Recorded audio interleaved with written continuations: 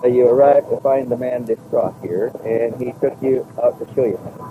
Yes, sir. Mr. Herrmann came over to me in a very excited manner and told me that first I would not believe what had happened to him.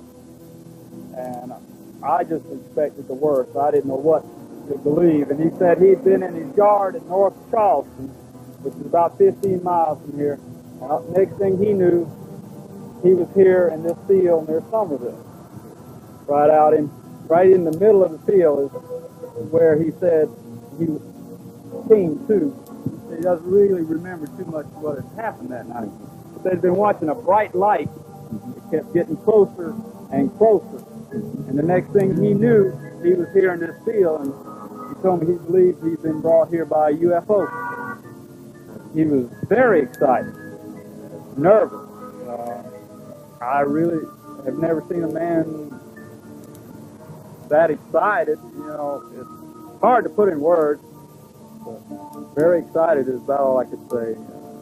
Distressed, he couldn't remember what had happened to him. There was, a small part of his life was blank. Bill could only remember small fragments of hazy images that resembled a strange mosaic tapestry of colors and things. The object approaching, falling backwards. The field of grass swaying in silence. Struggling in a bluish light to bathe the railroad tracks, then blackout.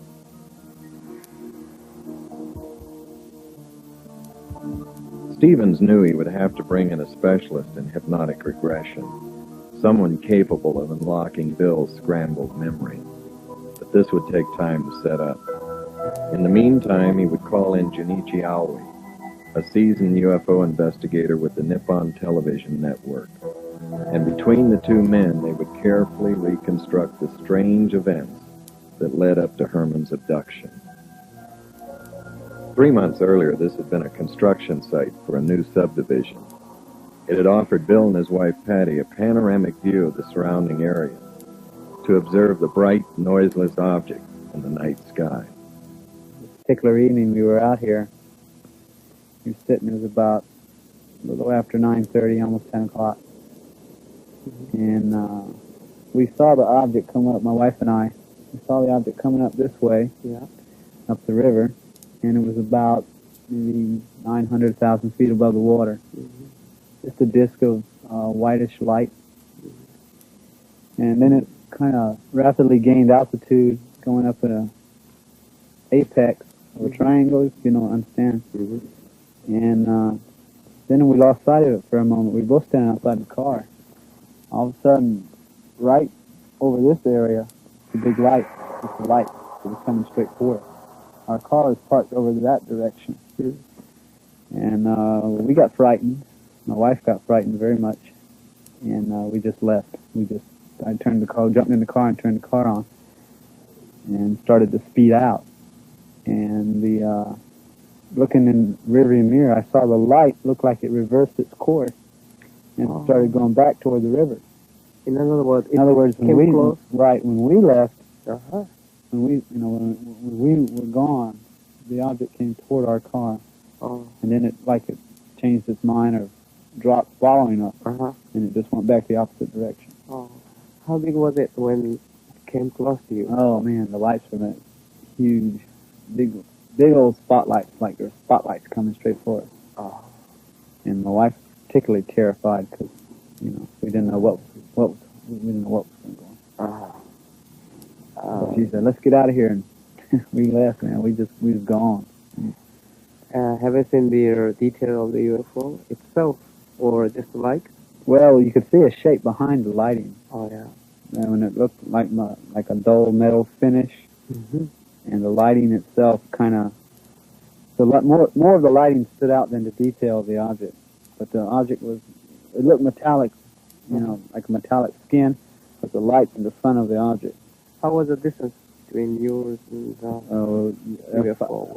If I'd have had a camera or a rock or anything, I could have thrown it and hit the bottom of it. That's how close it got to the car. And it was just a matter of seconds. I mean, if we hadn't gone when we did, there's no way the object couldn't have intercepted our car. I'm very convinced if it wanted to catch us, it could have. You know, because it seemed to be moving that fast coming up from the river. Was it before your abduction? Yes, it was. Before? It was before the abduction. Was it? I was with my wife and my daughter, so I didn't know. You know, I didn't want to take any kind of chances on anything. So we just left. Oh, so you should be very frightened. That particular reason we were, because all the other sightings were just simply watching something moving in the sky, and never anything coming that close to us. I guess I should have looked down the road then, but I didn't know what was going on. Up to that time, I was convinced what I saw was a military project. I never believed it was from another world or anything. I thought since the area is in such close proximity to the Air Force Base, because like this area is a flight landing pattern for commercial aircraft and sometimes military aircraft. That was my thoughts back then.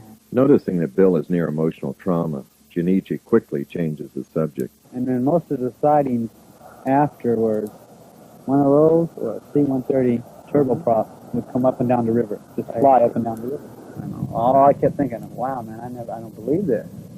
Because, you know, one of the feelings in my mind, and my thoughts, was, you know, when you see something, it seems distant. In other words, removed from you personally. But this thing reacted personally. In other words, not only were we watching it, but it, by coming toward us, it was watching us as well. Not just performing the delight of, but it seemed to react to our personal presence, and it reacted by coming toward us. And of course, it frightened us because I never saw it that close. And we left. After the frightening experience, Patty's fear would overcome her curiosity. She would beg Bill to please leave well enough alone. He would agree, until 3 weeks later on a Sunday morning. Patty was home, I believe. Yeah, our daughter was sick, and she couldn't go to church. So I got in my car to go to church, and I'm driving down Dorchester Road. And since that last sighting, I had kept my camera in my car fully loaded. I wasn't thinking about UFOs. In fact, I was listening to some hymns on the radio, Christian hymns, just minding my own business when this thing shoots across the road. Silver, with a halo of light on the bottom. It was the most pretty thing I ever saw. At first it was silver, pure silver, and then it just changed like somebody got a rheostat in a dining room and turned it. Bright, dim. This thing was going up this way and back this way and back this way. And getting so precise in its movement. That's where I determined my mind, triangular pattern, because it went up like a triangle and then skid up and down this way. And I don't know the purpose of it, maybe to attract my attention. I don't know. The triangular flight patterns would remain a mystery. And although the photographs were good, they would pale in comparison to those he would take later. As the investigative team neared the location where Bill took his dramatic new series, Stevens became concerned. We would be filming near a strategic U.S. Air Force base, and I was concerned that this might cause problems for all of us. As a retired lieutenant colonel with the U.S. Air Force, I knew that the military could be unpredictable at times, especially when you have a foreign film team operating on the edge of a restricted flight line. And we were here investigating an unidentified flying object, a UFO, that was intruding in military airspace. Yes, I was concerned.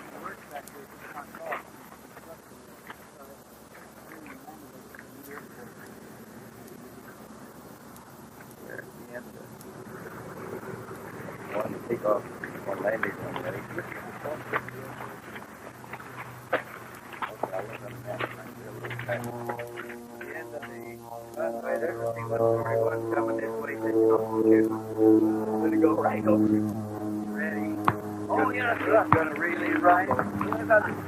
This is the position that he took the photograph from. How close it is where it was the landing pattern.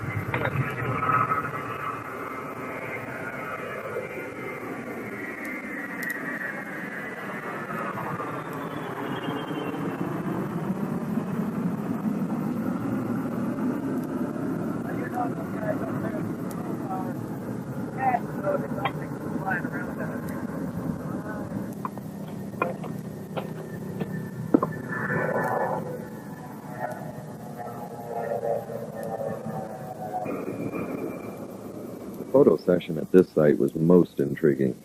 Had Bill simply followed a hunch, or had he been telepathically guided to the location? Another mystery without any clues. Like I say, I was at work, and I left work, was on my way home. And on my way home, I had that thought. It was like a impulse telling me to, go somewhere. And I started to think, where should I go for myself? And then it was like in my mind, I got a mental picture of this area. And I knew it was near the air base. I knew where everybody parked. Got back here, and I wasn't back here 10 minutes when I could see the object. I don't know exactly where I saw it first, but it circled the area, and I saw it. And I saw, the first thing I noticed was it was much smaller. I mean, it was, prior to other ones were anywhere from 40 to 65 foot diameter, but this one was 20, 30 foot. And another thing was it was very, very different. It was different in the sense that instead of being orange and silver, it was just like a silver metal appearance. Yeah. And not only that, but it had two domes, one of them on top of the object and one of them underneath it. But it looked sealed in metal. In other words, you didn't see no windows and no holes and nothing. No windows. No. Oh. I did not see any windows. It was just surface metal all the way around. Almost like sheet metal formed into the shape of a disc with two domes. One on top, one on the bottom. How was the dome? Was it transparency? Or? No, it was solid metal with the rest of the disc. And it was all colored silver with the sun shining off it. I mean, it was just beautiful silver like aluminum or sheet metal. Or, how did it fly? I don't know. I did not hear any noise. It was like, in that sense, it was like the other objects because it made absolutely no noise. I mean, it would go up like this and come back like this. Come around like that. And just watching it was, it was hard because when it would go that way, I'd run across the field and I'm trying to get it in the viewfinder. And I took about 4 or 5 shots like that. And I believe 2 or 3 of them came out and 2 came out empty sky. Well, in the course of the sighting, the object was going like this way, and then it reversed course and went back that way until it was like hiding behind some trees over there. Yeah. And I stopped and I thought for a moment it was going to be gone. But instead, I saw an airplane coming this way. And, I saw it getting closer and closer. At the same time the airplane was halfway from those trees to where I was at, the object came from behind the trees to start to follow the airplane. So, and the way the airplane was coming in like this, and the object was coming around like this. It started to come around like this, and instead it went back this way, and on these sides of the trees. And as the C-130 passed over me, I took a picture of it. And then I swung back. By that time, the object had gone back over here. And then it started to go back. I took some more pictures of it. And it came over me like this. And the sun was like this as much as it was over this way. And when it did, the object went straight up into the sun. And for a moment, it was cast. As the sunlight hit it, it took on a dark shape. And I got a picture of that. I did get a picture of that. And then the object looked like it went straight up into the sun. That's the last thing it did. I mean, it just climbed and climbed and climbed until it was gone. And I stood in the field, shaking my head, trying to figure out why I was the one seeing all this. Waiting for someone to pull over and get out and say, what the hell was that? Or something to that effect. Excuse my French, but I mean, that's really, I was trying to think of what, first I want to guard the film, and I was praying all my pictures came out, because I knew I had some good pictures if they did come out. Right. What do you think the military people... I'm positive they had to see it.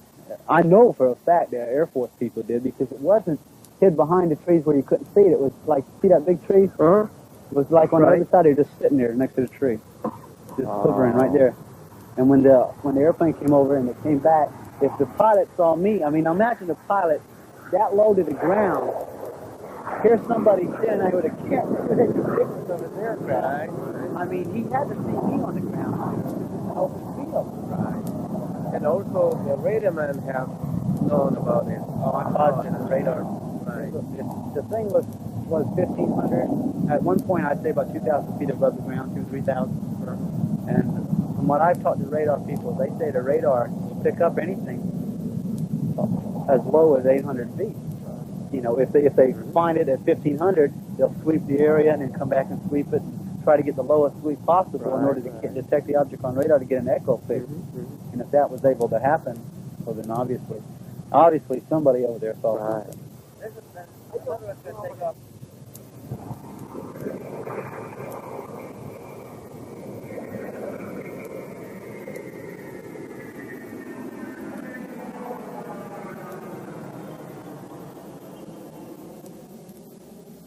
The next day, I got a phone call from the Air Force Base telling me to come out there and see a Captain King. He was interested in seeing my photographs. I went out to the Air Base with my daughter in the car and got in there and got to the gate, and the guard didn't know what I was talking about. He said, well, Mr. Herrmann, it's 5:30 in the afternoon. Our information officer has been off duty since 12 o'clock. I said, well, somebody called me at 3:30 and told me to come out here by 5:30. And he said, well, wait right here. So I waited, and finally, about 20 minutes later, up drives his station wagon, out gets this fellow in civilian clothes, walks up to me and says, hello, I'm Wade King. What can I do for you? And I said, well, sir, somebody from your office called me and said you were interested in seeing my photographs. He said, what photographs? I said, this photograph of the UFO I took. He looked at me and he says, wait right here. So he went to the guard shack. 5 minutes later, up walks the guard in uniform with a sidearm, puts his hand on the window of the car and says, are you military? And I said, no, sir, I'm not. He looked at me like I was born yesterday, and he said, well, let me tell you this. He said, why don't you turn the photograph over to the captain and let him take it from here? He said, just turn the negatives and the photos over to the captain and let him take it from here. And I said, well, to myself, I said, I was not born yesterday. I said, listen, I'll compromise. I'll give you a photo, and you tell me what you want to do with it. Do what you want. Anything that you think you can help me find out what this is. He said, well, we'll certainly do that. Thank you so much. And he wrote his name on I.O. Bill Herrmann, one card, one photograph, you know. And he handed me his card with that written on the back. I took it and I left. Thankful I wasn't military. So I took these blow-ups back to the information office to get my photo back from the captain. The minute I walked in his office, he was bright, face, cheery attitude, and got up and said, hello, Mr. Herrmann, how you doing? I said, fine. He said, let me tell you, we put it through our information channels, and this is what they told us. You photographed an F-4 Phantom flying at 5,000 feet. That's what you photographed, Mr. Herrmann. But if you look here, pointing to that picture, he said, if you look here, you'll see the stabilizer and the back tail, and you can even, if you look close, you can see the exhaust. I didn't know what to do. So what did I do? I pulled out my blow-up, and I said, tell me something. I put them down in front of him, the same exact picture, and I said, does this look like an F-4 Phantom to you? And he looked at it, and he kind of went like this, and he says, now listen, he says, if I was you, I'd just forget you saw it. I didn't know what to do. I didn't know what was going on. I certainly didn't. And as far as I knew, what I'd seen was a military project. I didn't believe it was from outer space or anything like that. I thought, well, man, you stumbled on a military project, and what proves it? The attitude of the Captain King. That's what proved it to me. You know, his attitude, his will. I thought I'd just forget it. You know, why would he forget something that's flying in the confines of the Air Force Base and flying so near a nuclear weapons facility and you know, in this degree? Well, I didn't know what to do. And finally, I didn't have an opportunity to take any more photographs, and I didn't know where I should, you know, how far I should get involved in this. You know, my father said, well, if it is government, you're going to find yourself in over your head, and they're going to do everything they can to discredit you, and they're going to hurt you, and you're not going to get, you got to think of your family and all this. I said, well, maybe I should.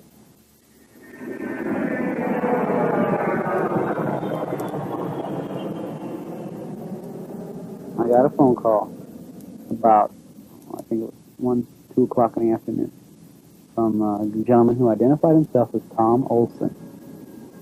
He was in town from Riderwood, Maryland, to investigate the UFO sightings and the earthquake phenomena in Charleston, which has been going on, roughly since October of '77. And he told me that he was here to investigate this. He was going to take some photographs of the areas where all the UFO sightings had taken place, and that he was going to make available to me copies of the information and his conclusions and findings. Talked with much authority, a great grasp of my naive knowledge of the subject, and suggested, could we meet? About 3:30 he arrived at the house. He had a Maryland driver's license with his picture on it, and then he showed me a retired military ID card, and I believe it said United States Air Force, retired. And then he showed me a Social Security card, and then what they called the UFO Information Retrieval Center ID card, which was a long title, but still, it was, with a picture and with a thumbprint on the front of it. Got in the car, and I had my pictures with me, and I said, here, would you like to see the photographs? Because I was impressed with the photographs as far as, here's something that shows I'm not hallucinating. Right. What do you think it is? He brushed them aside and said, we'll look at those later. Tell me about your experience. I told him. I told him about the earthquakes. I told him about seeing the object. Told him about the photograph in it. Told him about all the people I've found who have seen it. The strange things affiliated with it, the reaction to the military aircraft over the field and cross-country road. He said, well, how we get there? So we went there. And first we went to Beast Ferry, where the objects hovered over the towers and moved in triangles. He took photographs. He took at least 40 pictures at each site. A whole row of 35mm film at each UFO site. He took one picture of me at the first site, and that's all the pictures he took of me. With darkness setting in, the men headed back to the car. And he asked me, he said, Bill, let me tell you. He said, what do you think about taking a polygraph test in relation to this? And we're sitting in his car, and my first thought was, wait a minute, you haven't even seen my picture. Why do you want to know this? But I was afraid if I felt put on the spot. I was afraid if I said, no, I won't, then he'll just, he'll go to the press, and next thing I know, I'll be on the front page of the paper, big hope, Then I was afraid, well, if I said yes, it'll get twisted. I'll tell the truth, but they'll say I lied. And then it's their professional credentials against me. And I didn't know what to do. Being naive as I was, I said, okay, I'll do it. Now, I assumed at that moment in time he meant 3 weeks from now, a month from now, a couple days from now. He said, okay, we'll go to the hotel and do it right now.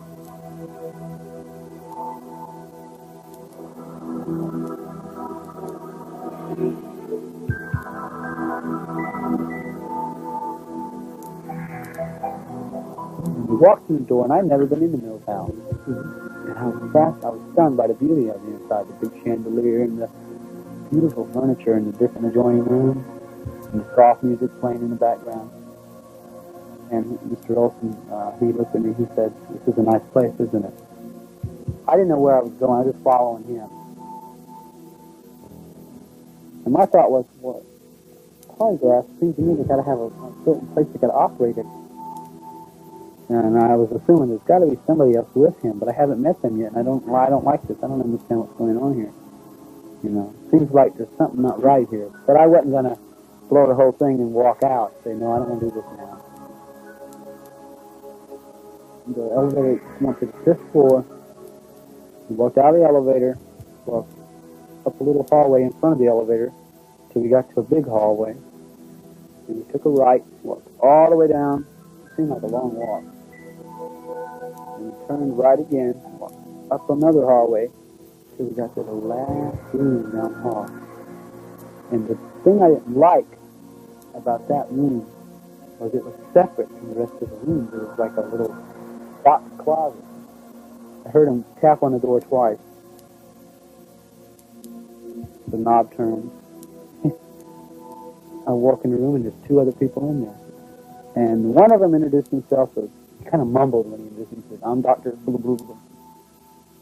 He shook my hand. The other fellow says, no, I'm so-and-so. with the Riderwood, Maryland Polygraph Association or something like that. He said, well, sit over here. And it was looked like a flat machine, looked like a briefcase almost. And when you open it up, it was like a polygraph, the polygraph machine itself. You know, there was all kinds of little wires running out of it. He did not ask me to sign anything, which I felt, not that I wanted to sign anything, but something in writing to protect my rights, you know. But even when that thought crossed my mind, I dismissed it. I was manifesting naiveness. I wasn't scared as much as I was, I don't like this. You didn't even tell me there were two other people here. You know, and I was wondering what was going on, but if this is the way they operate, well, maybe I'll just sort of go along with the tide. But when the doctor, that guy who identified himself as a doctor, walked over to the bed, picked up a black satch doctor's bag, and pulled out a hypodermic needle and a little syringe, put them together, and then reached in the bag and pulled out, looked like a greenish liquid. Put it into the needle. He said, this is going to relax you. Now, I was scared.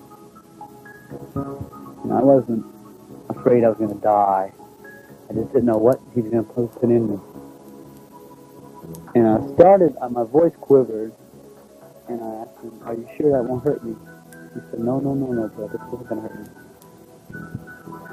And I rolled up my sleeve, and he punched me right here. And I saw it go in me, and I sat there a minute, waited for me to die, and I didn't die.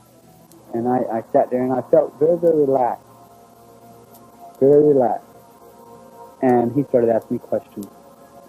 Did you see a UFO? And I said, yes, I did. And the doctor, the polygraph guy marked something. He asked me another question. When you saw the disc, did it change color?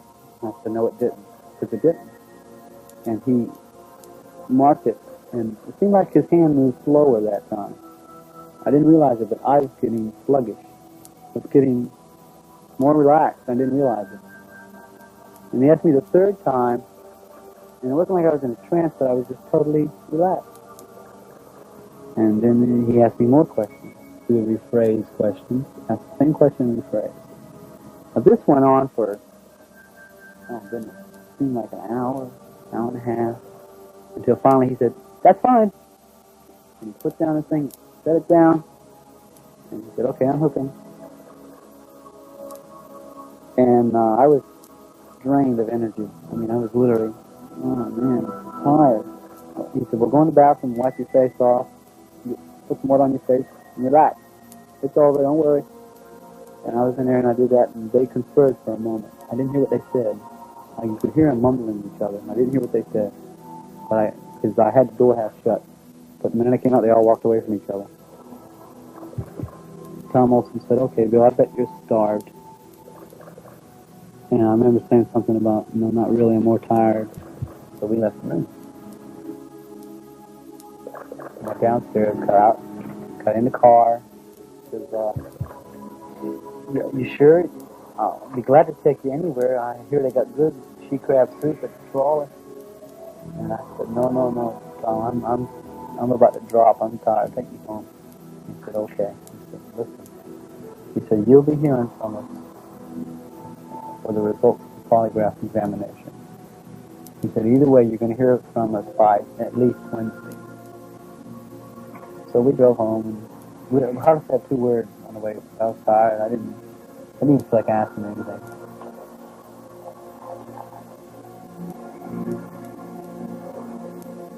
We pulled into the yard, and the minute I opened the door, the cold air hit me. And I was, cool air hit me, and I was, refreshed for a moment. I said, tell me something, Tommy. I said, where do you think this thing is from? I mean, it's military, ain't it? He said, who's military? And I said, our military. And he said, I wouldn't bet on it. And the way he said that, I'll never forget it.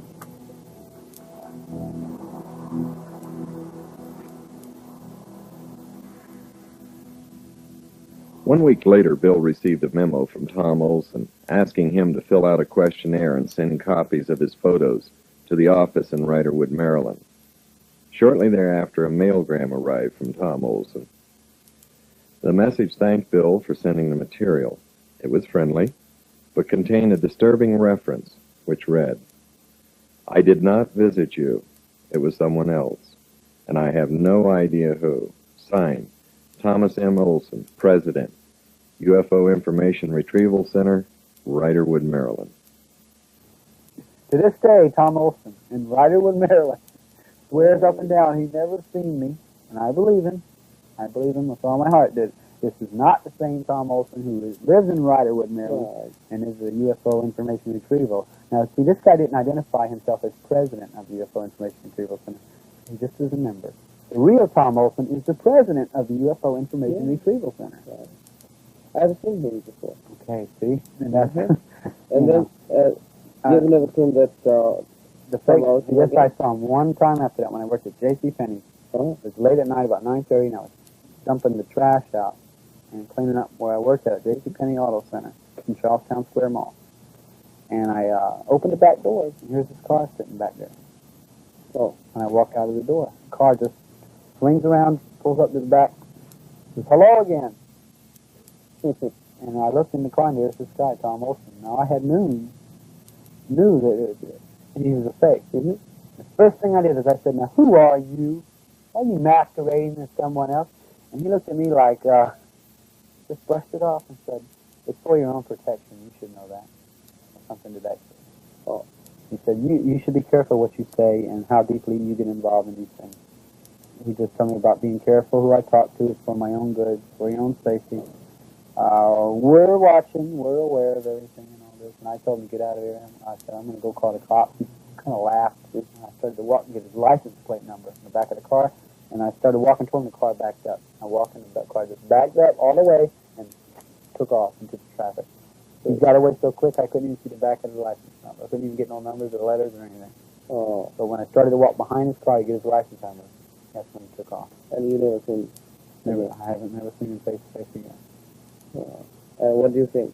I think he's either CIA or I think he's part of some conglomerate that looks into these things for the government, off the record, and does it solely to either confuse everyone really involved in it or to discredit any people who come into contact with UFOs, I believe.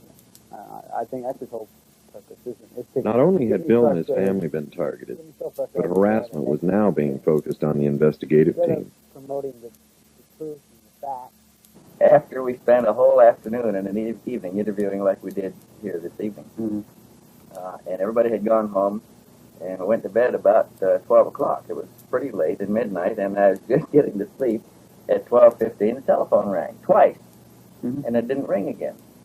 So I picked up the phone, and nobody on it, and I thought, well, somebody dialed wrong. So I went back to sleep, and it rang again twice, and I woke up, or was sleeping light enough, I heard both rings, and I thought, well, somebody is trying to call. I picked up the phone, and nobody on there.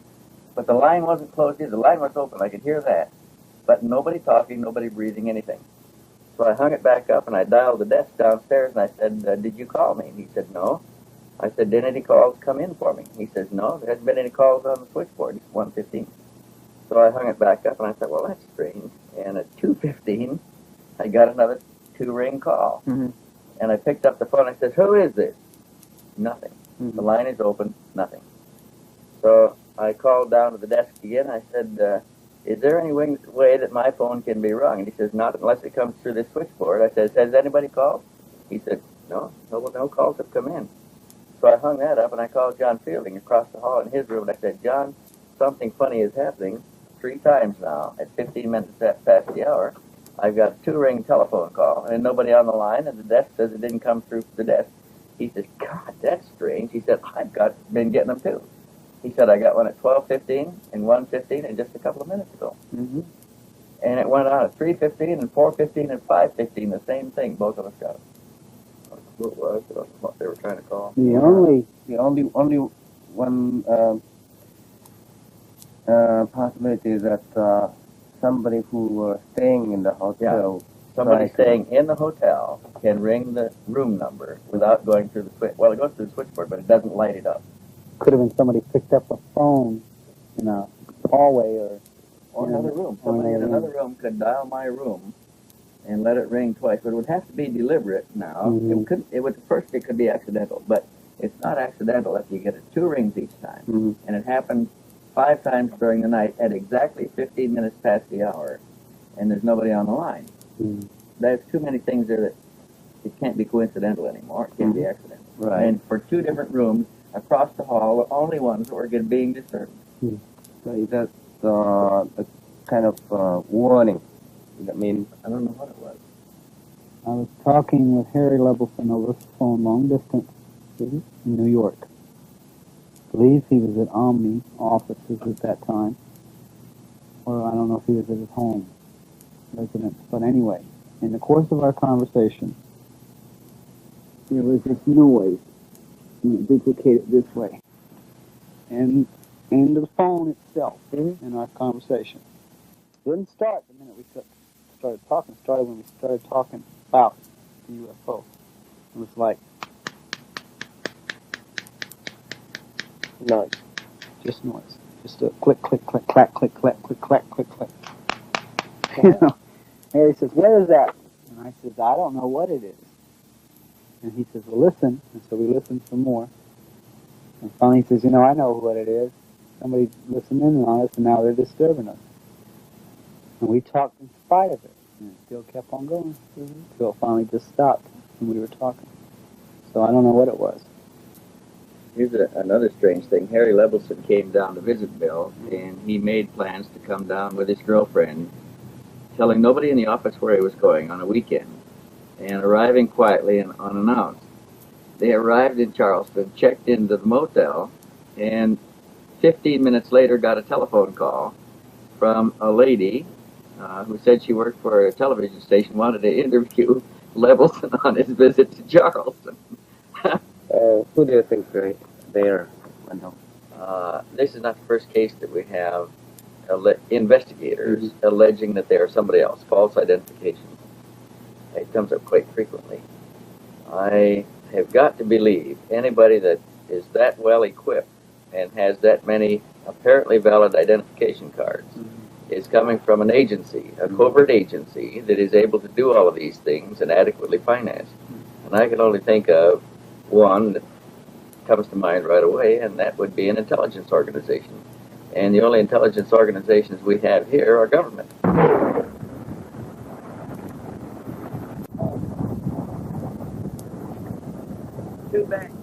The investigators call a witness, a friend of Bill's from work, who had similar sightings of the unusual object.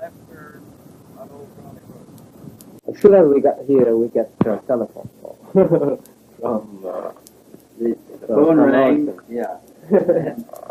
Melina answered it, and she turned and said, "It's Tom Olson. He's called for you several times this afternoon. He wants your telephone number. He's at a pay station." So Tony took the telephone, and it turns out to be Tony's boss. They're calling from his work, right? To remind you again that Tom Olson called once more and wants to know if they can give the Tom Olson your number. Yes, he urgently wants my number. And he's at a pay station someplace, and he wants to call back. Stevens has placed an inductive coil device on Tony's telephone, hoping to record Olson in the act of harassment. Tony places the call to the pay station number.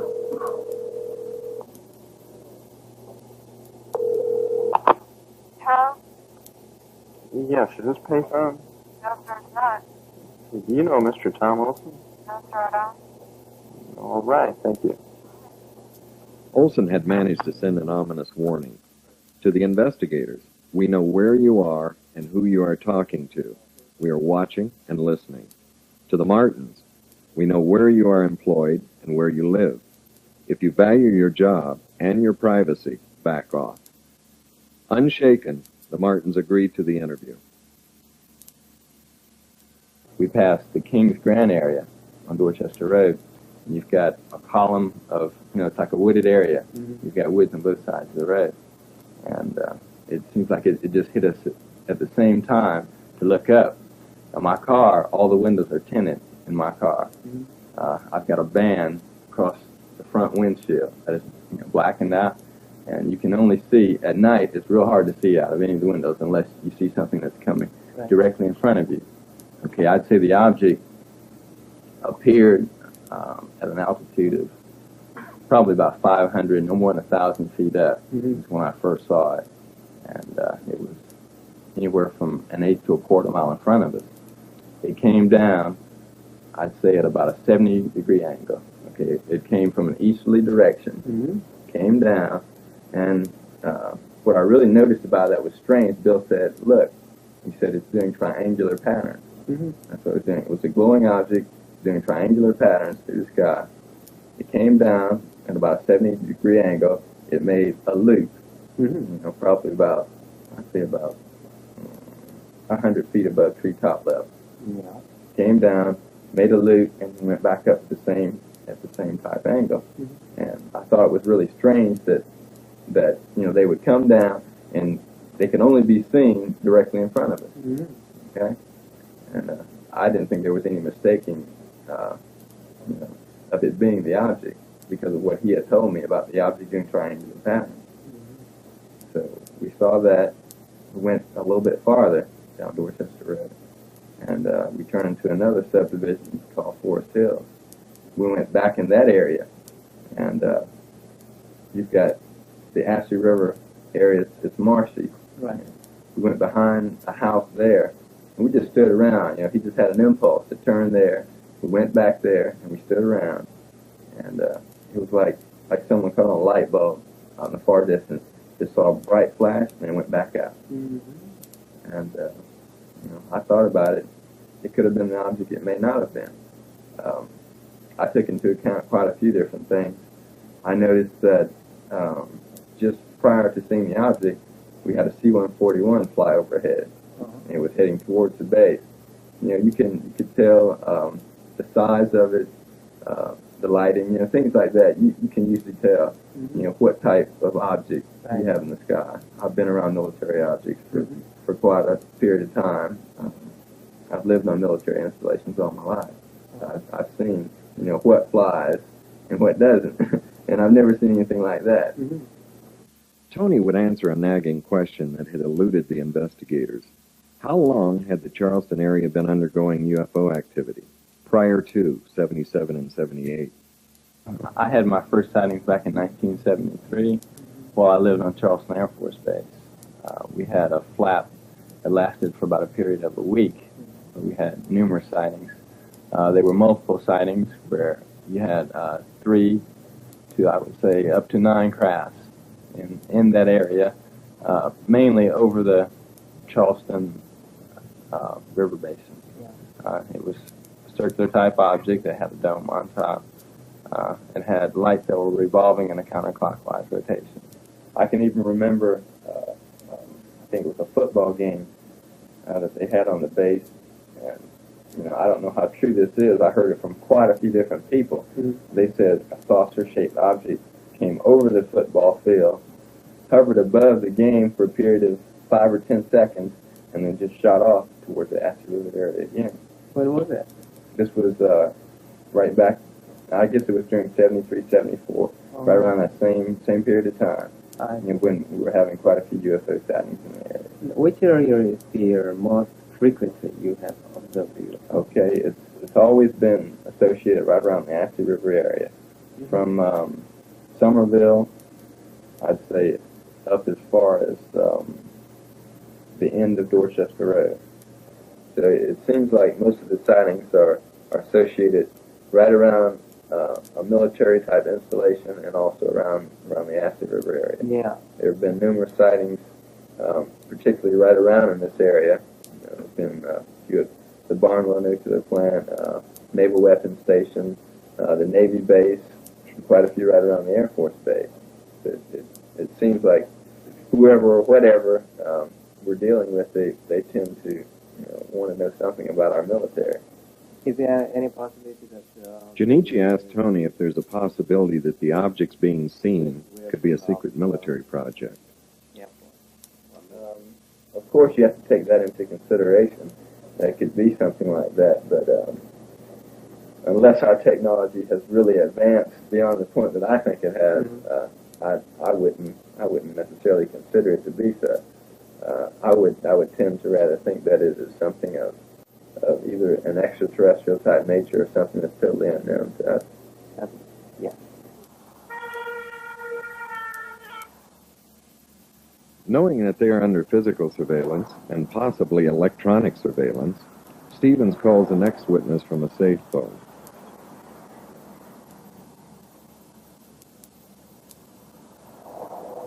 In December 1977, I was returning from lunch back to my office. It was about 1:30 in the afternoon, clear sky. And up Rivers Avenue, as I was approaching a viaduct, I noticed a glowing orange type object off to the left of the car. I would estimate possibly 3,000 feet away, but it was very clear, and it apparently was motionless. And I could see no wings of any type, no rotaries, as though it could have been a helicopter. And I noticed that at least one person in another car pointing to it, which indicated to me someone else had seen it.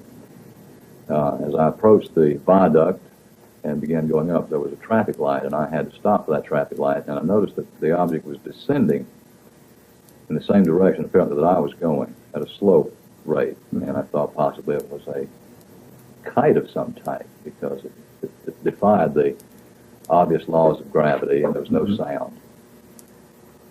And as I began moving forward after the traffic light, I noticed that the object had disappeared beyond some pine trees, which were to my left. And I looked straight ahead, and I could see the object apparently crossing Rivers Avenue beyond that sign at a good distance away, but it was at an angle. I could tell it was a disc-shaped object. It had the definite orange color, and it apparently was moving with no wings or no rotors as a helicopter would. It was not a bird. It was very, very clear. And at one time, I did also observe a C-141 airplane at the same time that I saw the object. You've seen the object more than once? No, I've seen it one time, but it was during the first time that I saw it, first glanced at it. Way beyond the object was a C-141, apparently coming towards the Charleston Air Force Base. Yeah, I was going to say the description you just gave of Rivers Avenue and the viaduct and looking and going towards the trees positions the object roughly in the vicinity of Charleston Air Force Base, or just to the east of the base. Just to the east. And you saw a C-141 in the air, either in the traffic pattern or landing, which would confirm that. Right. So the object was operating within the landing traffic pattern of Charleston Air Force Base, if we're guessing right. That's correct. I would estimate that possibly the object was, I would say, between myself and the Cooper River, which is the Navy Yard facility. But it would be difficult to say exactly how far. From your perspective, could you form any kind of an estimate of its size, its diameter? I would estimate between, say, 25 and 30, say 25 to 35 feet in diameter. Do you think the C-141 noticed that the UFO itself at that time? It would be difficult for me to think that the C-141 would not have noticed it, because it was in the sky and bright. Purcell had observed the same type of object playing cat and mouse with a C-141 3 weeks before Herrmann had taken his spectacular photographs of the object on the tail of the C-141. So when I came back to my office, I told my staff that I'd apparently seen a UFO, and of course they chuckled. They thought I was, had a couple for lunch. I assure you I had not. I called several TV and radio stations to ask if anyone else had seen an object or reported it, and none said that they had received any calls. How receptive were they to a report of a UFO? Were they interested in what you told them? Not really. The North Charleston Police Department said I could come down and fill out a report if I chose to do it, and that's as far as it got. The Air Force Base said they had no record of any sightings. The interview had been completed without any outside interference. They would continue to use safe phones to arrange meetings with potential witnesses. Stevens had turned up a new witness who claimed to have a series of remarkable photographs, but he was reluctant to go on camera, fearing that this might compromise the privacy and security of himself and his friend, a noted television and radio columnist who took the photographs. After a lengthy discussion, Junichi assures the witness that his identity will be cloaked. You want to see these things? Yeah. Let's see. Those pictures were taken, some by the gentleman you're talking about, and some by his mother, were they not? Just by him. Him and his wife. I don't know which one of them took. His mother was, I think, his or her mother was kind of old, and she didn't have any photography stuff. Did they ever see the spacecraft on or near the ground? Well, just right over the house. People? Just over the house. Yeah, just flying. You know, there's a lot of pictures here. As far as I know, no one has ever seen these photographs except for the people I've described. Here's like this one's flying directly over the house. Mm-hmm. Right over the house. Right over the house. Here it is with the top of the capsule raised. He said that capsule went up and down on top. Changed elevation. Sometimes it was higher, and sometimes. Well, you can see in this one, there's no top to the thing. This is going over the house also. This is the same photograph, but it's further over the house. See, it's going over the house. And he took another picture as it got over the house. That's interesting. And then as it went out in the field, it elevated this little thing on top, a bubble on top. That accounts for some of the changing shapes that we get reported. I see. And here's one again in the open field, just over a cornfield, way out over the trees.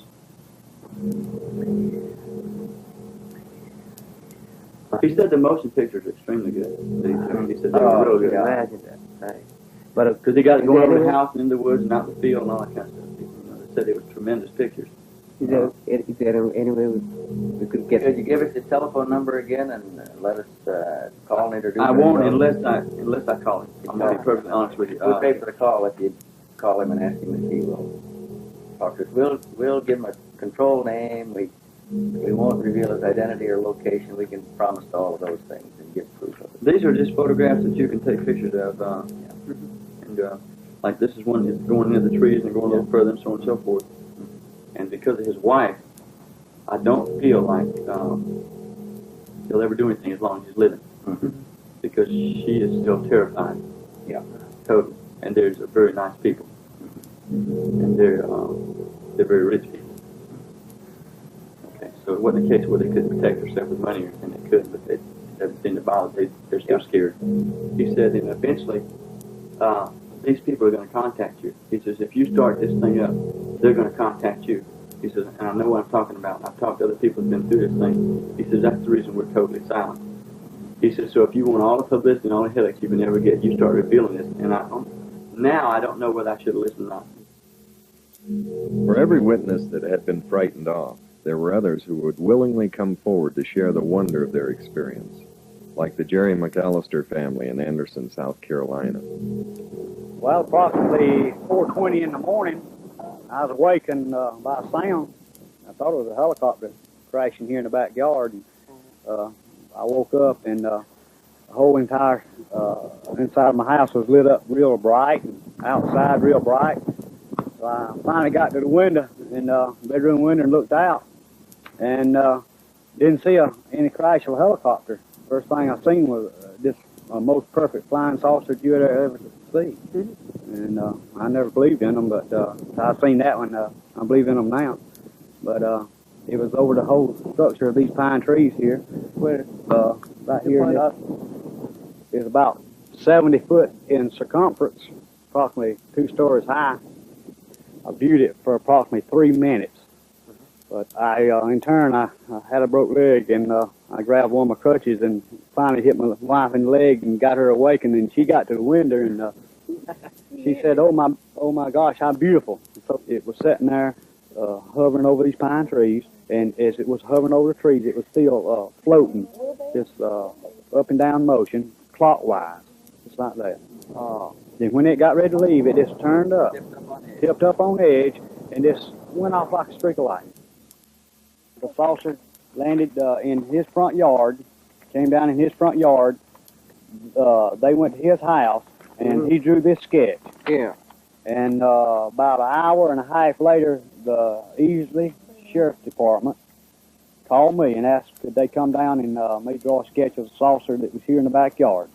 I said, sure. So they came down, approximately an hour and a half. I drew this sketch here of the saucer. Yeah. And not even seeing this. As I drew mine, they compared it, and you see how close they are. Right. And they didn't even, I didn't even know that they had a sketch that he drew. We didn't know nobody else had seen it. Didn't even know anyone else had seen it.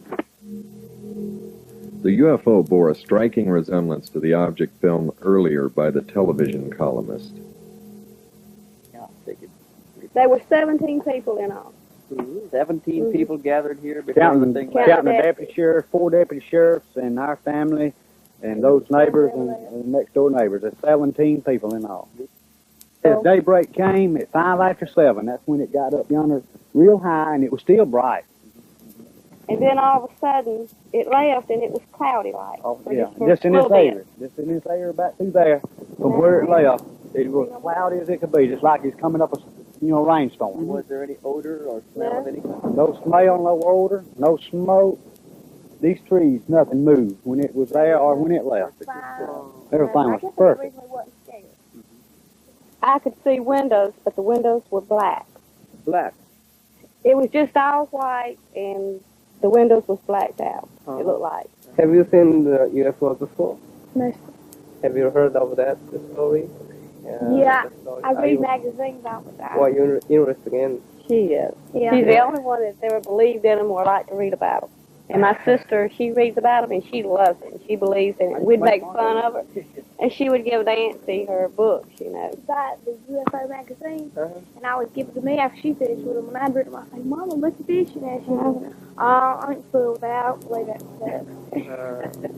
I didn't. How about you yourself? This was the first time. I see. And before then, I didn't believe in it, no. How about you? No, I didn't believe in them. Like I tell you, I didn't believe they even sent me into the moon. I just never could get it in my mind and believe that mess. But I believe it now. And this saucer here, it didn't come from the United States. We brilliant, but I don't believe we're that brilliant to have something that beautiful. Not a structure like this was. I believe it comes from another planet.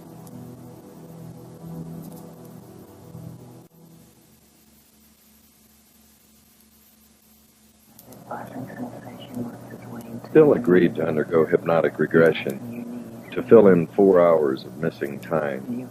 Hopefully this would answer his haunting questions. Who are they?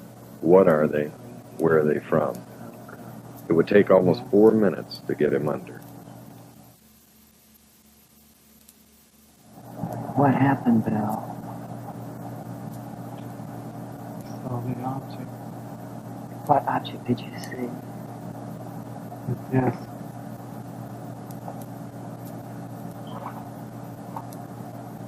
I saw it moving. I pointed it out to my wife. Just relax. Relax. Stay where you are. Keep the program where it is. Just relax. You're unaware of any sound other than my voice. It's moving over the towers. I can see it. Patty, I'm gonna get a better look at this. I'll be right back. I better call Larry. Larry? It's back over the area. Right now. Yes. Yes, I'm going up there now. You try to get on the other side. Okay. Bye. I'll be right back.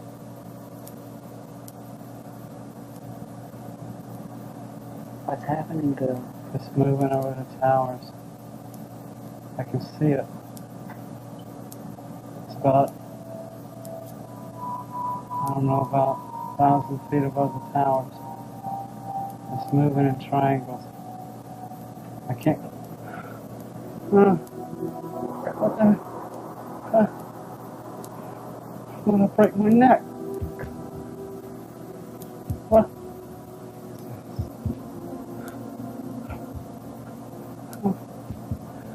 All right. Light is You won't experience any discomfort. What? Wait a minute. Look at the reeds. There's no wind. I'm just swaying. What? Look at the size of it.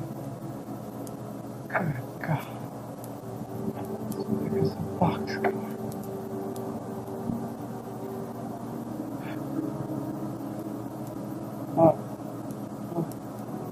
Where are you?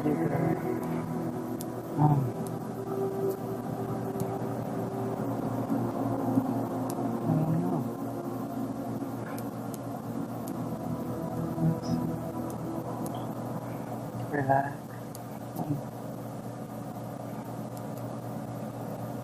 My shoes. You can see my shoes. I'm lying down.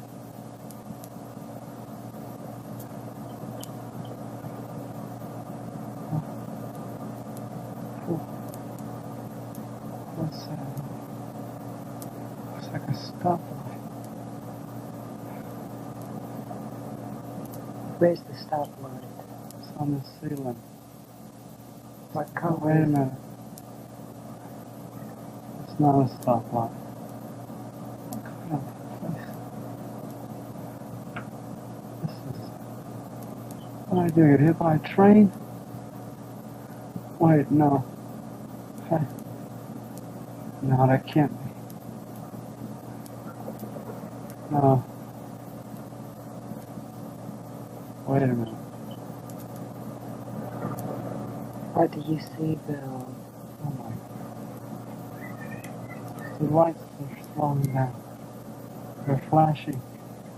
On the ceiling there's a light. Oh. Who's that? They're bald. Wait a minute. They're not bald, that's just the way they look.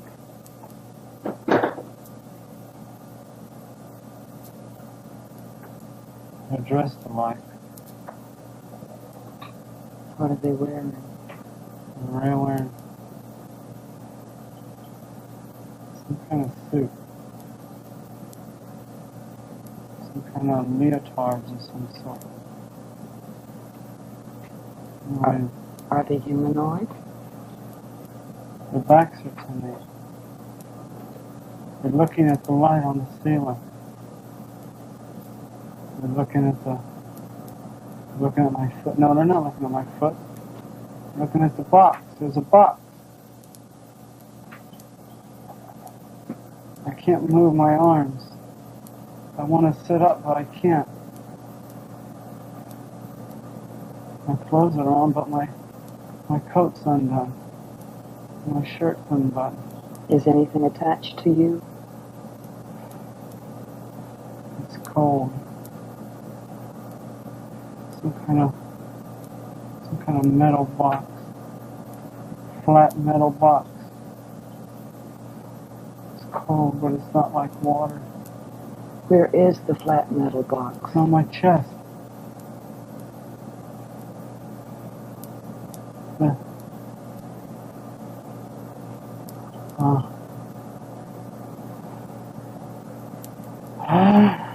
Relax. Relax. Oh, God. Okay. How are you?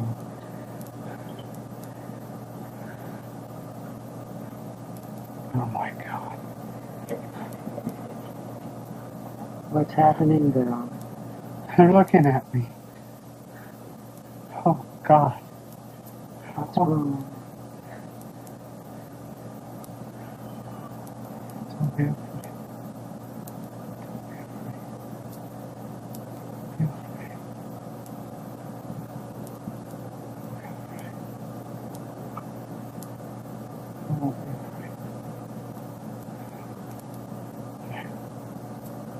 They're standing there.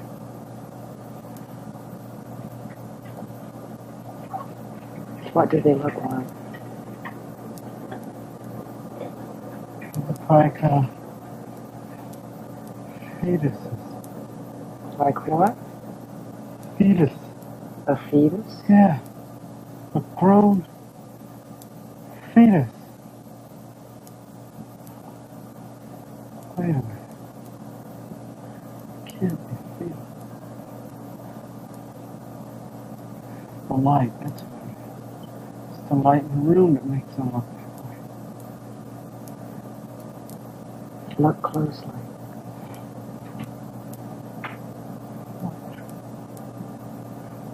That's strange. What's strange, Bill? Their eyes. They don't have no lights.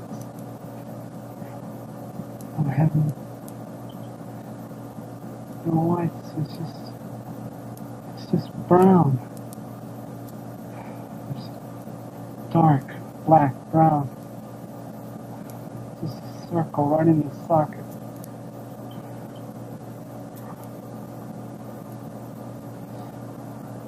Wizard. How can they breathe with no nose?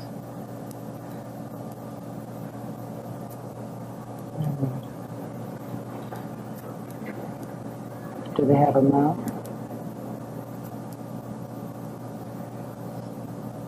It's a slit. It's a straight line. The lips are no lips. It's weird. Do they talk through their mouth? I don't hear no talking. Where are you from? Who are you? Answer me, for God's sake.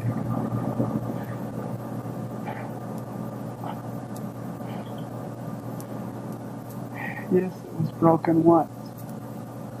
What was broken down? When I was younger.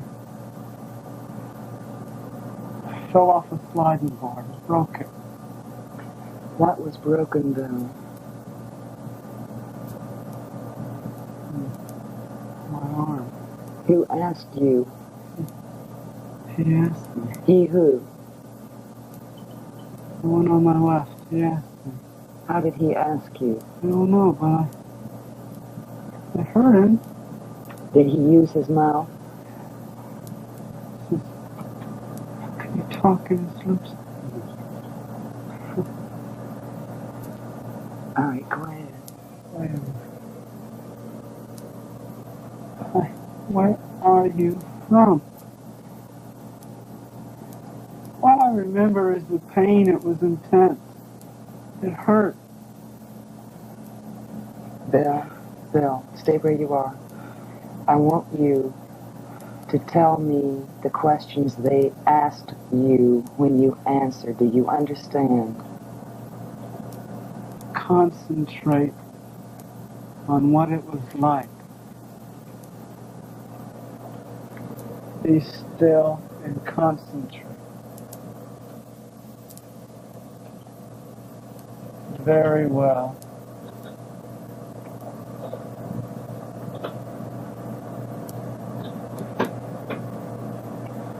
He's moving a box off my arm. You can tell my arm was broken by looking at the box. For goodness sakes, that was so long ago.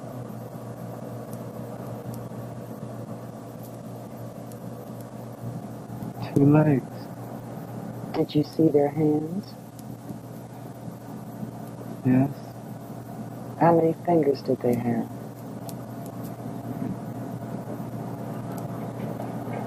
They're all the same size. Lengthwise, they have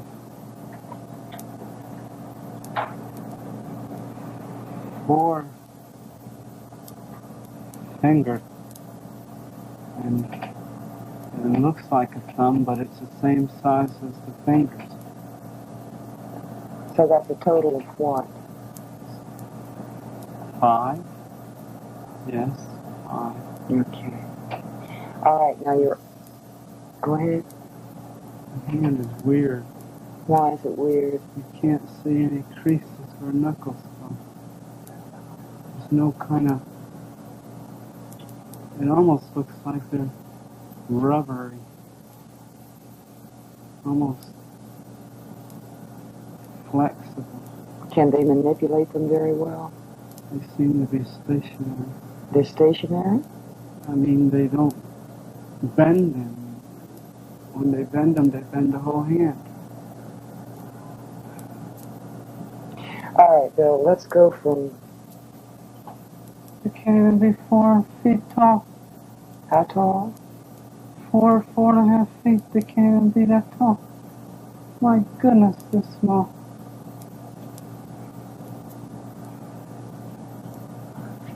Look at this. Like marshmallow. He touched me. It's, you can tell there's bone under there, but you can't tell. It's weird. Good grief. What color are they? Very pale, very milky. Is it a skin-like texture? Tough skin. Everything's the same. No hair, no pores, just skin. It's weird. How did you feel when this being touched you? He was very, very peaceful. Like I had nothing to worry about. All right, now what happens? We're walking. We're going toward the door. The room is weird. It's different. I don't see any strange. There's no creases, no borders. And the door is smaller than the back of the room. It's weird. It's distorted. Why, in what way is it distorted? I can't. It's like everything is molded into a shape. And it doesn't stop, it just goes straight out the door. Just molded. Like a bathroom tub. Yeah, seamless. Just molded. That's all I can think of. Go ahead. We're walking, we turn left. The one who talked to me is standing beside me. The other two are behind us. We're walking down the hall. We pass the room. The door is open. We go to another room. We go in it. The hall, it winds in a circle. Everything's the same color. You said the hall wound in a circle. Did it wind in a circle up and down? Just both directions is a circle. It's hard to relate it. Did you traverse that? Everything's molded the same way. Council Control Center. Council control See? center? Console. Console. Yeah. Console? Yeah, that's what he said. Console. Control Center. All the network craft are controlled from similar centers. Network craft? It's the term.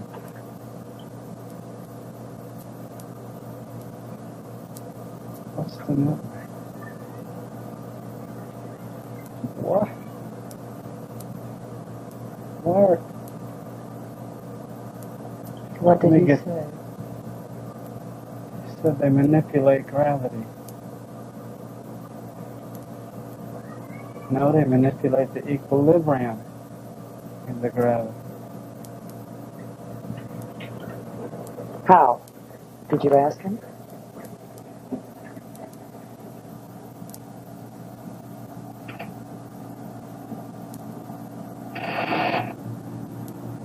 In hydrodynamics, in reverse osmosis, a technique of reverse osmosis. They've been doing this roughly 50 years.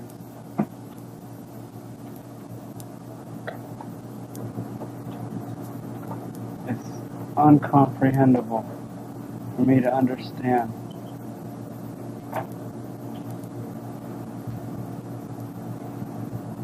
Why are they telling me this? Bill, let me ask you a question.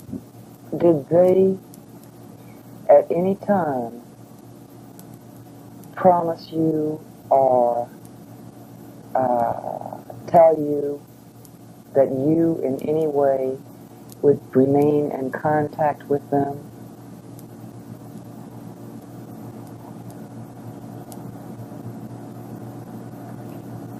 Speak it. He said that they have means to contact those they wish to contact.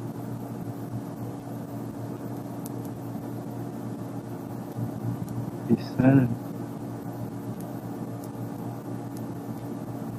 we will meet again. Did he say when? No. All right, you're back in the console control room. Now what happens?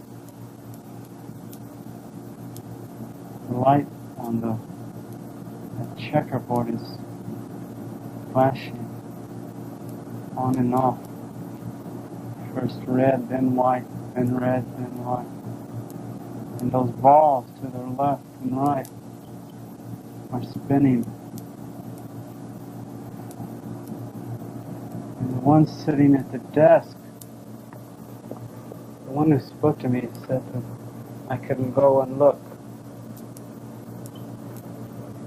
And I walk, and when I do, the one sitting at the desk get up and step back.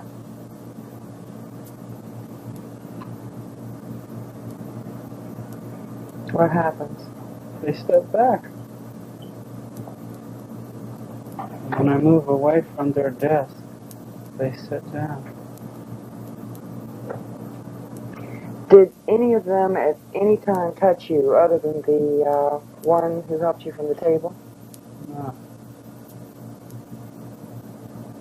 You look familiar. You're in control center now, where the lights flash red and white and red and white. Yeah. Yes, he's motioning me around the room. I'm looking, everything looks funny little writing on the corner of every block.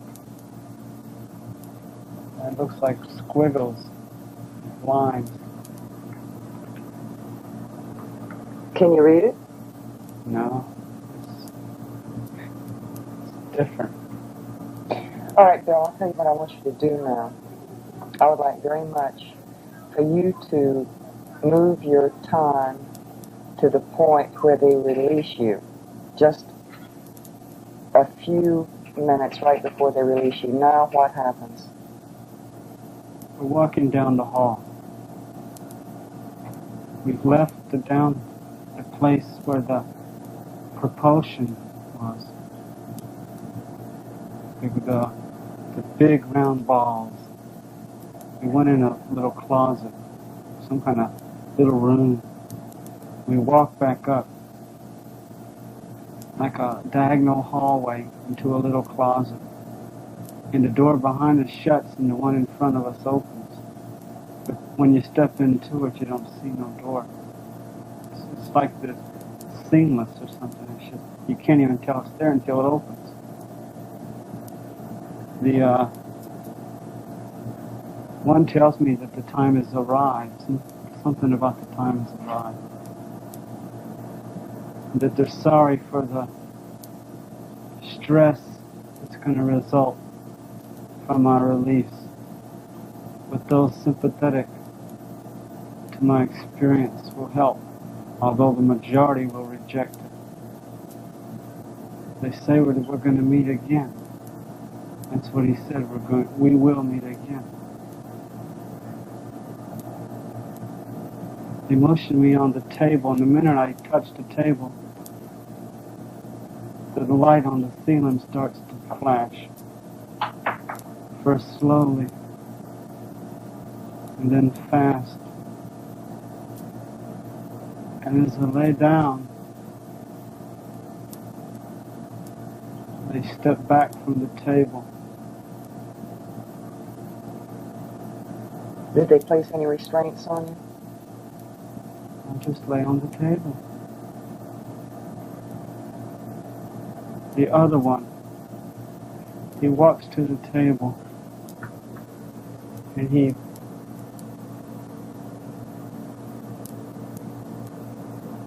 putting the binoculars around my neck. He must have had the binoculars the entire time.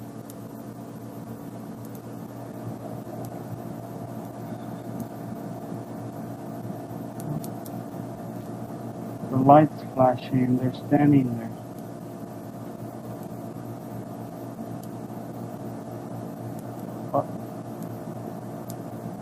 Wait a minute. Huh?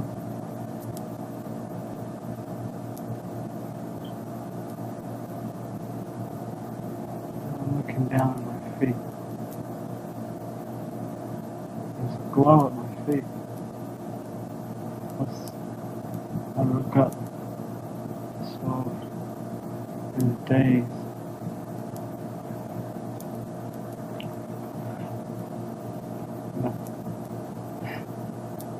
Oh God! Oh no! Calm down. Calm. When I put my hand on you, when I put my hand on you, you'll calm down. You're looking at a television set. You're looking at a television set. You're watching this on a television set. You are watching this story on a television set. Look at the television set. Running. Look at the television set. Describe what's happening on the television set. The object is leaving. It's going up. How did that thing move? It's going in triangles. There it is again. You're watching it on a television set? It's going to the left. You're all right. Oh my God, where am I? Where's the tracks? Oh God, Daddy! Bill, look at the television set. Look at the picture on the television set. Now look at the picture on the television set. Look. Look at the picture on the television set. You are calm. You are watching a rerun. You are watching a rerun. You are calm. Now describe to me what you are watching. You experience no panic, but you see in great detail. You are watching a picture. I gotta get back to that orange, that yellowish orange mark. It's the only place I'm safe.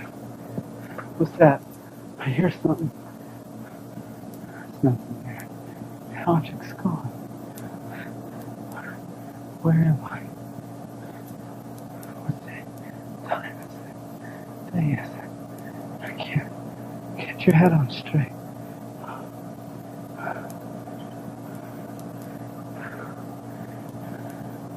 Height nor depth nor soul can reach separate us from the love of God in Christ Jesus.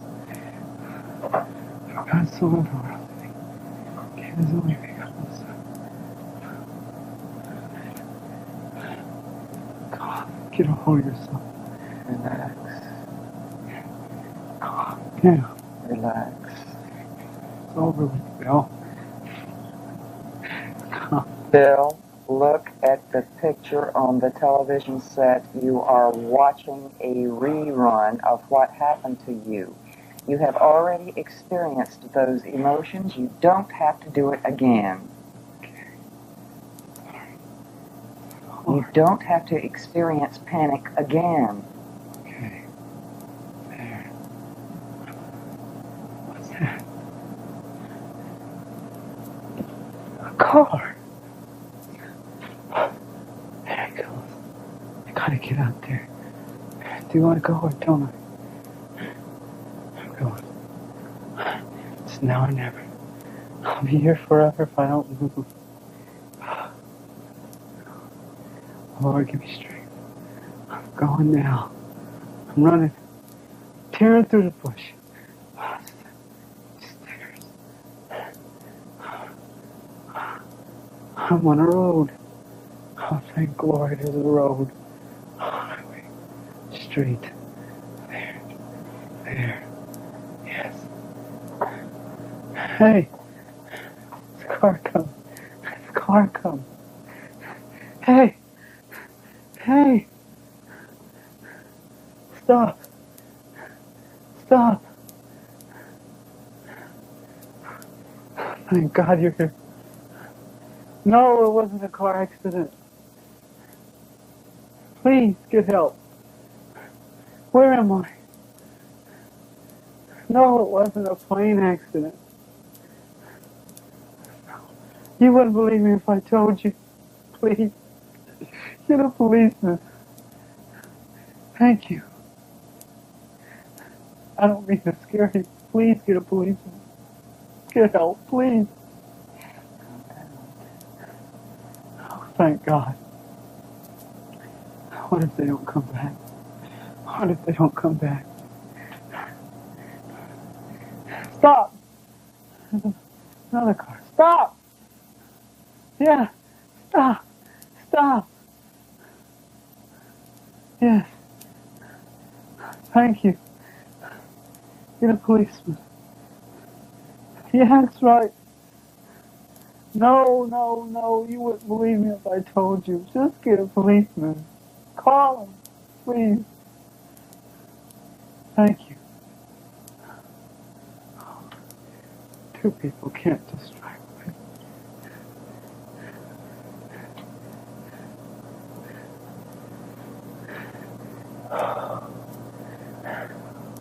Yes? They're back. Yes, they're back. My name is Bill Herrmann. What time is it? Where? It can't be. Just a minute ago it was 9:30. Where am I? Part of Charles. What? Wait a minute. That means, oh my God, it can't be. Oh no. I was standing in Charleston at 9:30. I saw a light in the sky. It dropped to the river. I saw. Here it comes. Who is? Yes, thank you. Thank you.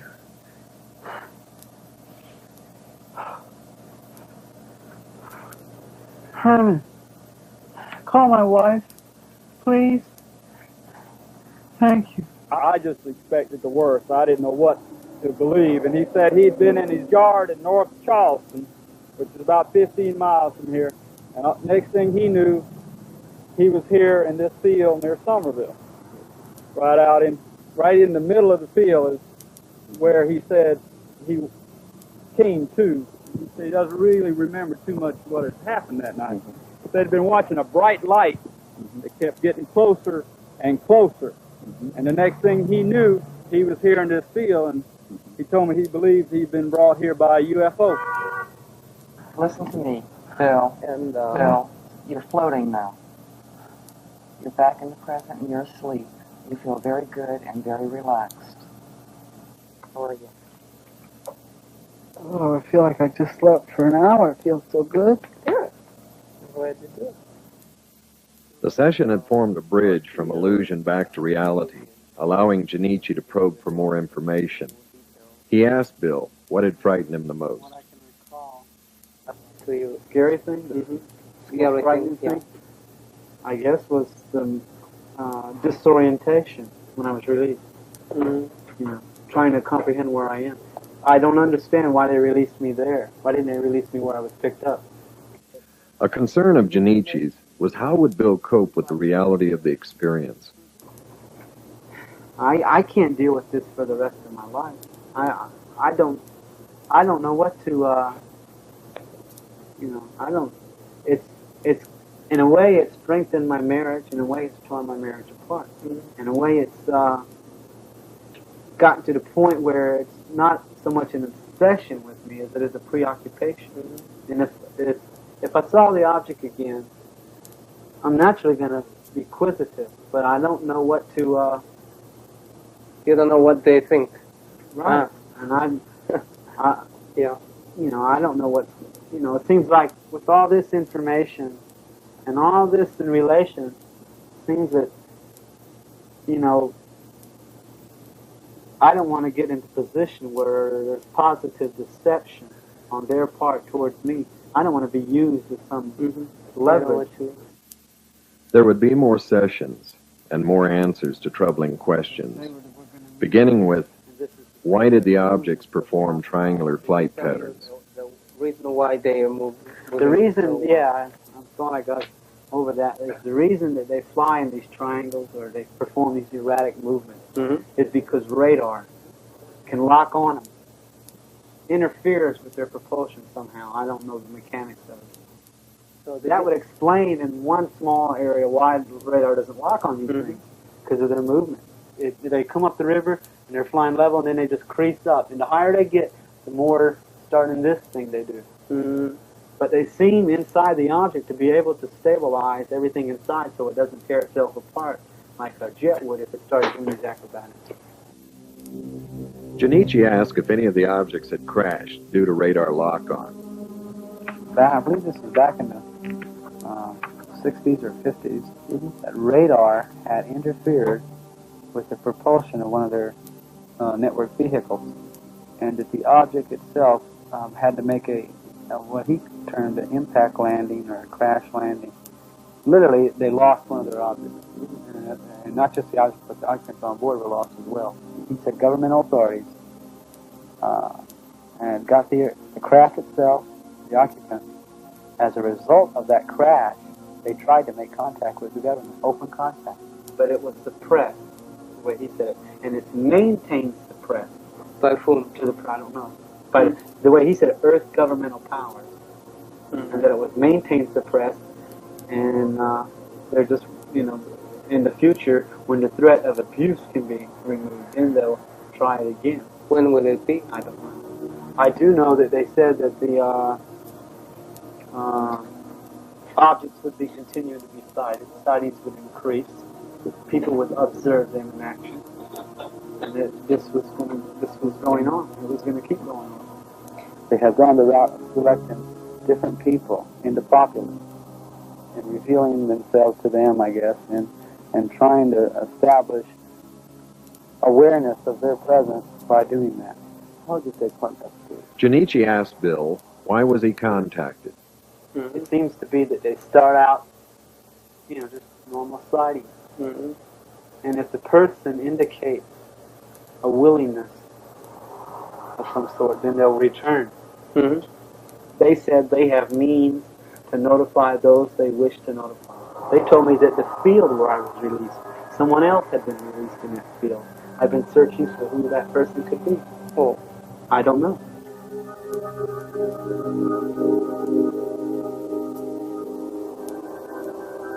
The investigation would wind down, even though Bill continued to search for clues into his past.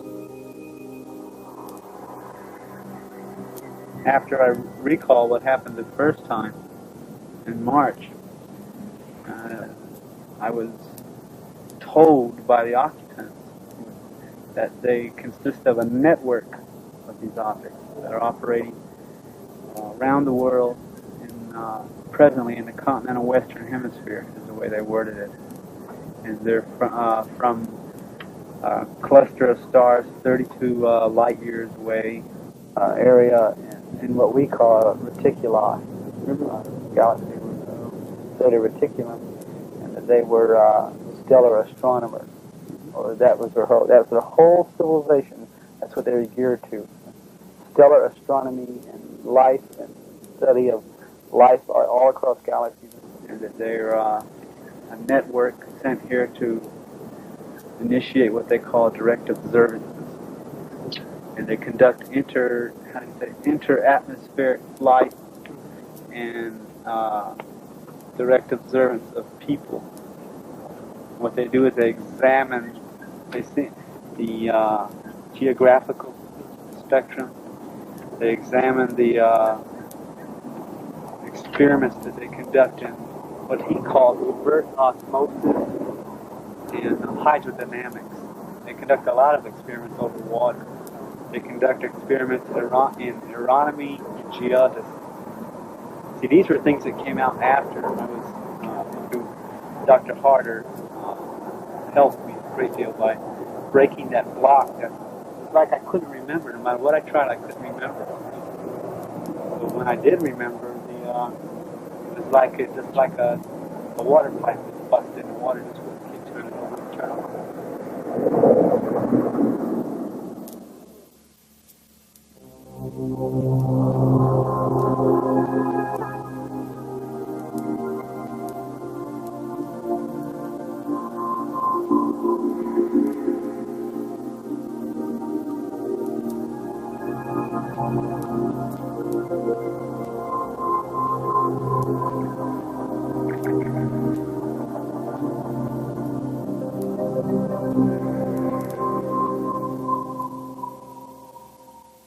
like a reddish background, like almost like combat lights in a military ship, like a darkroom red light.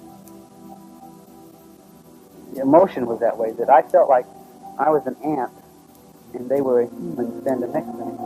I felt afraid because I know what was going on. I felt like this is totally foreign to everything I believe. All my emotions and fears were just tossed aside by the comforting assurance of what he said to me. Don't be afraid. I heard the voice, but I did not see the lips move. I heard it as clear as you hear my voice, in English. It was in English. It was a little symbol, looked like a serpent with wings, like a half fish and half snake. And it was the most strange, eerie sensation when he touched me. It was like I knew him from somewhere and I couldn't place it. It was like, wow, this is like a buddy you knew when you was growing up, and suddenly here he is again. I towered over him. I mean, they were smaller than me. I could have tossed them aside with a good right hook, but I didn't feel threatened that bad. And the feeling was so soft and gentle, and yet at the source of that gentleness and the source of that softness, there was total control of the situation around me.